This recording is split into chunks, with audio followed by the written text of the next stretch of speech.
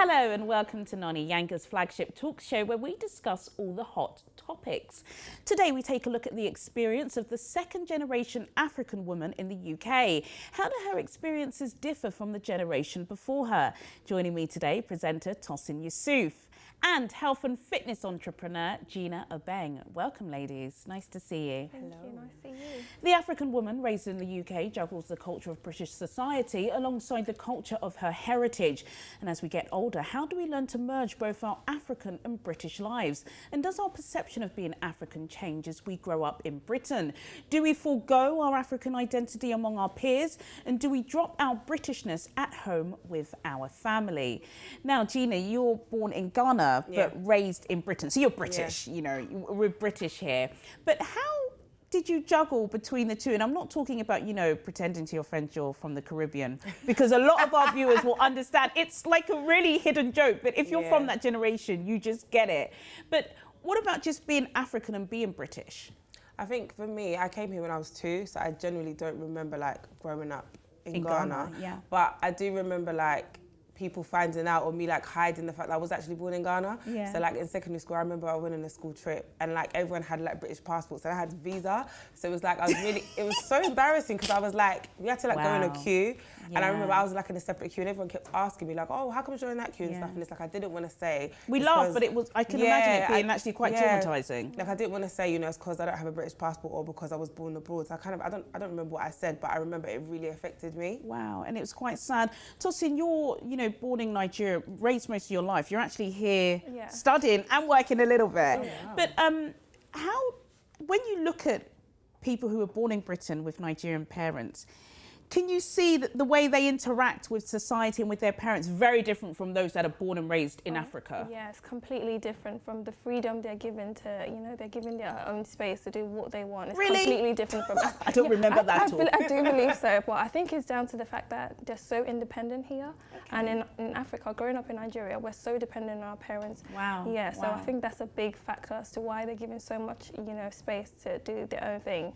I think that's a huge factor. And that was surprising to you. Yeah. What about with food and cultures and stuff? You know, like when your parents, Gina, would come to parents' evening, you know, you may have been in trouble at school. You know, do you have that worry of, gosh, how's my mum and dad going to act, you know when so-and-so tells her I've been doing some things? Whereas with some British or English or even Caribbean parents were a lot more softer. Was that hard to balance? Do you know what? My mum is not a typical African mum at all. Describe her. She's very laid back. Like me and my mum are friends. Wow. So we didn't have that. I didn't grow up with that typical like fear of my mum. Like she was strict, but like she was very liberal. So like even if I got in trouble in school, she wasn't gonna slap me in front of the teacher or like she was the one who just gave me that look. So when she looked at me, it was like, okay, when you go home, like she's gonna deal with you then. But it was like no one really saw that side of my mum and I didn't really see that side of her, so she was quite liberal. So I never had that experience of like having to be different at home and then having to be different in school. Yeah. So like I would come home and like she'd kind of not let me do what I want, but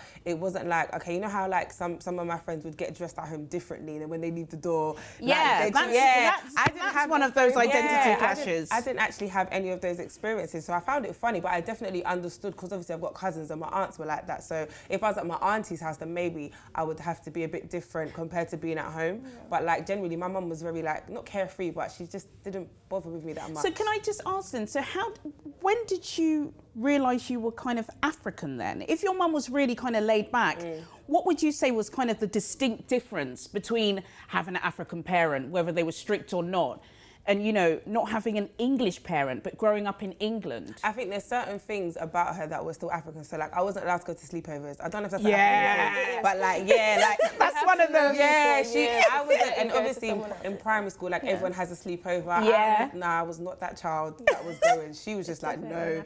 So, it was those kind of things there. And, like, okay, so piercings. So, I growing up, I had, like, I really went through like a phase of having piercings and she was not here for it. But I was that rebel who did it anyway. So it was always like, I'd hide it. So I remember you would be knowing certain things that your mother would not allow you to do. Yeah, definitely. But Tosin, would you say, you know, that the people that are here, you do feel that, do have a little bit of freedom and, you know, they're not as dependent on their parents. Does that surprise you? Because, of course, you know, the Nigerian and the West African community is still very much engrossed in Britain. Even though we live here and we're not on the continent, we still got the same restaurants and the same community feel. So are you surprised that, you know, some of the traditions from back home haven't come here? When I came here about 4 years ago, I was so surprised to see people, 15-year-olds, having jobs and all of that. Because in Nigeria, we were quite dependent. Like, no one really looks for work. Well, it depends or a on where job. you live in Nigeria, True, because some are, you know, they're working at 10. Yeah, but from where I grew up and what I was used to, no one really like got a job till you finished from university. So your parents were quite, you know, you relied on them, relying on them for everything. So basically, you don't really get the opportunity to do what you want because you're living under my roof, you're doing my rules because I'm providing everything for you. But I think as opposed to here, people have jobs and I think your parents give them that kind of freedom because you're working, you're making your own money, so you can do what you want. So are you surprised then that there can be sometimes an identity crisis for British Africans like me and Gina and some of our viewers who, you know, still want to be African, but because they're born and raised in the UK, there's that conflict? I think it's because of where they grew up in. They don't really have the African influence, so it kind of like affected how they grew up and how they viewed stuff. But if comparing that to like in Nigeria, you don't really look at that because everyone's African. You don't really see any kind of different way. Everyone was raised the same way. So compared to here, then that's probably why they have that kind of like identity crisis and all of that. Gina, do you think that, you know, we do have to drop our Africanness when we get home? Or do you think Britain just accepts us for who we are? So you're kind of, it's not that you kind of, when you're at school, if you're around your English friends, you're very English. And when you're at home, you're very African. You're just you. I think it depends on like who you hang around and like what you're exposed to. So for example, like I didn't realise, but like bucket baths, for example, like talking about bucket baths. So, but what is a bucket bath? For those who everyone knows, but if you don't know, for those of our friends in the gallery, what would you say is a bucket bath? A bucket bath is having a not lying in a tub and having a bath. So like having a bath in a bucket. So like taking. That's normal. Yeah, exactly. So that's normal. You have a bucket in your tub. But it really is. But it's only normal in the African community. Yeah. So, like, I remember in college, I was talking to like my Caribbean friends, and they found it so funny that we bathed with a bucket, and they were like, "So what do you do?" It's just quick. Yeah, but it's like that's how I was raised, and it was like to me that's normal, but to someone else who isn't, who doesn't have that culture, they were like, you bath in a I didn't even know that was a thing. This is what I'm saying. You just take a bath with a bucket. What about having aunties and uncles? You know, you're always, yes, auntie, yes, uncle. Yeah. This, you know, your friend comes in, they're like, hello, Jane. And you're like, don't call my mum Jane or it's auntie this. Yeah. Like, do you think like that's kind of one of those identity things? Or do we just like, that's just who we are? Yeah, Africans are very big on respect. So even your teachers, you call them aunties and uncles and all of that. Yeah, so I think respect is a big thing in Africa. So yeah, everyone's your uncle, everyone's your auntie. I expect you to be calling me Auntie Juliana from now on. Still to come, does our pride in African culture grow as we get older, or has British society embraced our African heritage more today? And does the younger generation have it easier than we did? See you after the break.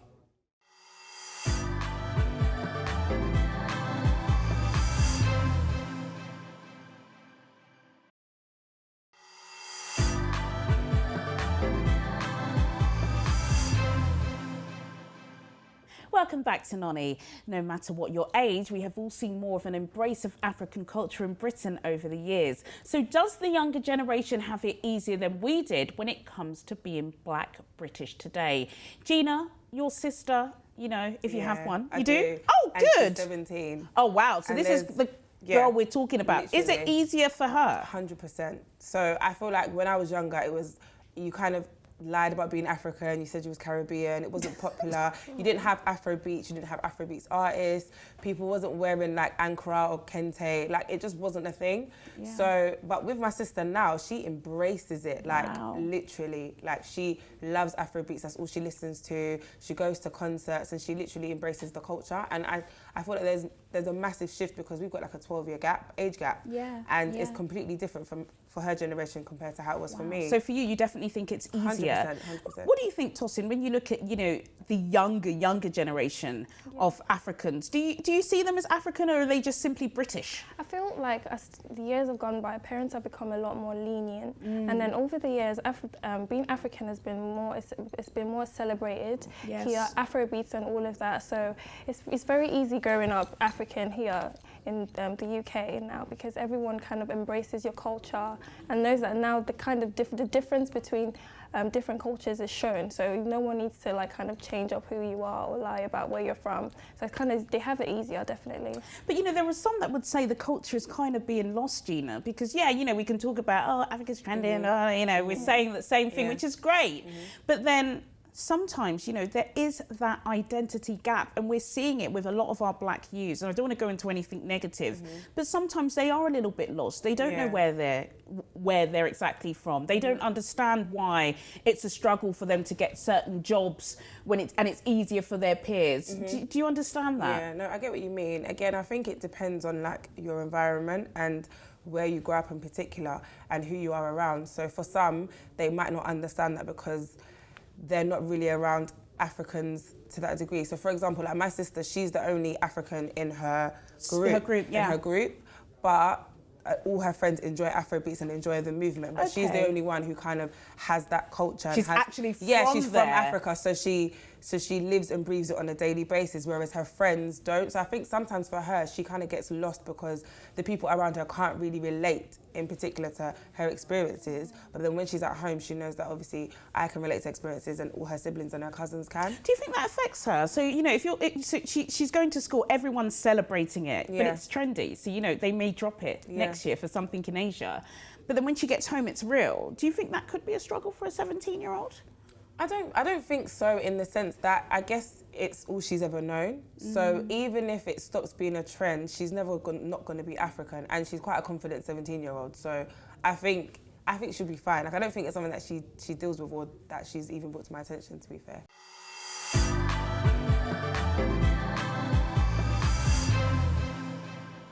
Now, years ago in Britain, it was hard to find African influence in culture in the mainstream. But today we see African influence more than ever, from finding traditional African ingredients at your local supermarket to Ankara fashion on the high street. Africa really is #trending. So does Britain's society's perception of Africa make it easier to live your life as an African in the UK? Tosin, has there ever been a time when you've bought something traditionally Nigerian in a local supermarket? No, you have to go to a supermarket that sells basic African food, in Luton at least. But when I came here, most of my friends are African, so I never really lost touch. All my friends are African, and even if they were born and raised here, they still grew up with the African influence and all of that. So I haven't really known any other thing. I'm still African. I still know how it is to be African. So I think it all depends on where you surround yourself with. But are you surprised at just how readily available certain ingredients are? I know, I was so surprised when I wanted to cook soup one time, and I just went to a market in Luton and everything was there, and I was so surprised. And sometimes they called some ingredients different names, but that's fine as long as it's available. As long as it's available. Yeah, I was pleasantly surprised. But yeah, I feel like they're embracing African culture, knowing that everyone's different. There are a lot of cultures and a lot of different ethnicities in the UK, so they're being a lot more diverse now. But it's amazing, isn't it? They're really, the big manufacturers are saying, actually, you know, the Africans are buying it, you know, we're going to stock it. Yeah. I think the good thing is, it's good to have these ingredients available because you can't always get to like a local African supermarket, or there might not be one in your area. But I've noticed it does depend on like what area you're in. So if the area has a very big African community or Caribbean community, then when you go to these stores, they will have that stuff available. But then if you go to another area where that community isn't really there, then it's really hard to, you won't really be able to find it. Of course. What about Afrobeats, Tosin? Because, you know, of course, we sing the concerts. Concerts are amazing. Now, Wizkid had an historical concert at the O2, didn't he, which was sold out. But, you know, if you go to certain places in Shoreditch or where they've got those big kind of posters up, you're seeing Afrobeats, local stars there. Yeah. So that really has touched the UK culture. Are you surprised just how much the UK has captured it? I was pleasantly surprised. For like the past 3 years, Afrobeats has been like really celebrated in the UK. Yeah. But I live in Luton. I've never gone to any store and heard African music playing. Really? Yeah, it's not popular in Luton because it's predominantly Asians and white people. But in London and places like that, yeah, you see a lot of Afrobeats being celebrated and all of that. And I feel like from Wizkid's concert, they've seen how much Africans and then how much people appreciate Afrobeats and all of that. So yeah, it's really growing the African culture in the UK. What about Black Panther? God, you know, there was a time we banned talking about Black Panther on this on this set, but we can't avoid talking about it because it is historical. It broke so many records.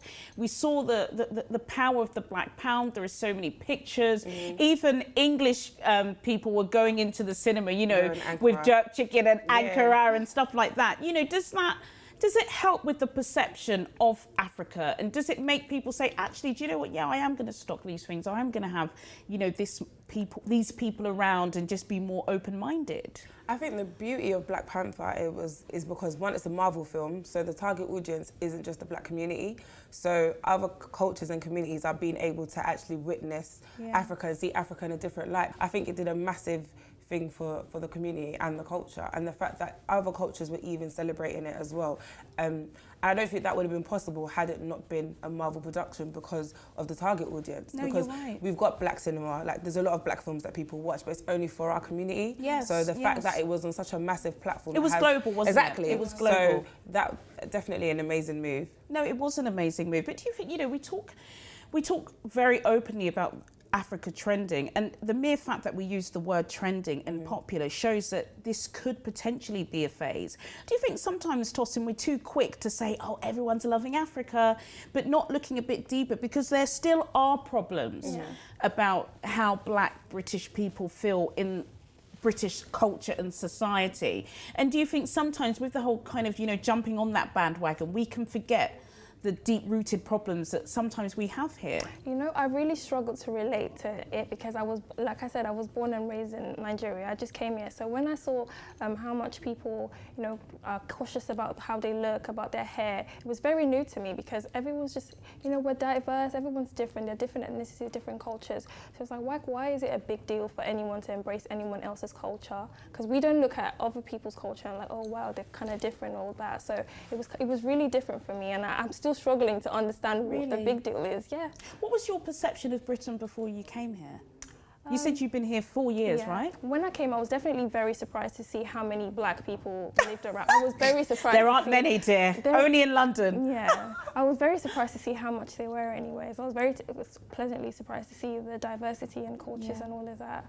Yeah. Do you think, Gina, that sometimes, you know, black Brits get a hard rap? You said you don't remember much of your time when you were in Ghana when you were younger, but I know, I follow you. Every time I go, you go back. They treat me like, it's like, it's hard because they treat you like an outsider. So even like my mother tongue, so I can speak my language and I understand my language, but it's not, in terms of pronunciation, it might not be the best. And obviously when I go back and I try to speak it, or I do speak it, you get called out for it, and then they say that you're British, or they don't really embrace you, if that makes sense. No. Yeah. It's funny, isn't it? Because I suppose a lot of English people would expect that, you know, because you're black and you're British, you know, it's something that should be adorned. Yeah. But Africans back, really? Okay. It is. In Nigeria, it is. If you come back with an accent, you're getting all the jobs you want. Really? Yes. If you come back we're in with the an wrong accent. country, dude. Yeah, because they won't mind you. They'll be like, If you're born and raised in a Western country and you come back, you're definitely favoured in Nigeria compared to people that are raised in Nigeria.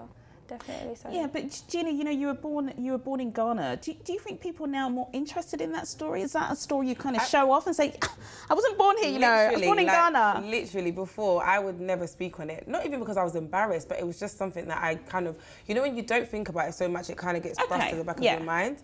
And then now, it's all like if someone asks, and they assume, obviously people will assume that I was born here. I'm like, no. Ghana. Like I'm a lot proud now. I'm a lot more prouder to talk about it, especially because I feel like now people are a lot more interested in Africa, and I feel like even other cultures, they actually are starting to understand the difference between the fact that Africa's a continent and not a country, and the fact that there are different countries in Africa, whereas before I think people just kind of thought Africa was one place. Tosin, do you think you can totally be yourself in the UK? Yes. I've always been myself wherever, like I keep my roots and all of that. So, and I'm surrounded by black people, like in uni and all of that. Most of my friends are black and Nigerian and all of that. So I don't struggle with identity at all. Would you live in the UK, and do you understand why some Africans are rushing, some British Africans are rushing to go back and start businesses and feel like that's where the pot of gold is? I feel like people are rushing to come here because they kind of feel like it's a better life, it's more comfortable. Because in Nigeria, if you're not like a certain standard wealth-wise, then it's not really comfortable. But I feel like here people get stuff like student loan and student support, so I feel like they feel like it's better living here. So I feel like most people always want to live here more than go back to Nigeria. Do you think, Gina, that people are still not desperate, but are still like, do you know what, got the degree, I've set up this fantastic business, a business like yours with your nutrition, and like, I just want to go back? I think yes, because there's a bigger market in the sense where I feel like over here it's very saturated. I guess it depends on your industry, but it's probably easier to make it over there because there's less. You hear that too? There's less hurdles that you'd have to go through, if that makes sense. Yeah. The only problem is Africa still is a bit slow in terms of like getting things off the ground and how we are over here. So someone like me, whenever I go back, I get very frustrated with how slow they are. Yeah. Because they just, I'm sorry, Ghanaians drag their feet. They literally drag their feet. It's the heat, isn't it? I know, I hear that. I totally side with you. Yeah. But it's like, 1 p.m. means 1 p.m. does not mean 5. African time. But anyway, guys, that's it from me, Juliana Oluyinka, and my fantastic guests, Tosin Yusuf and Gina Obeng.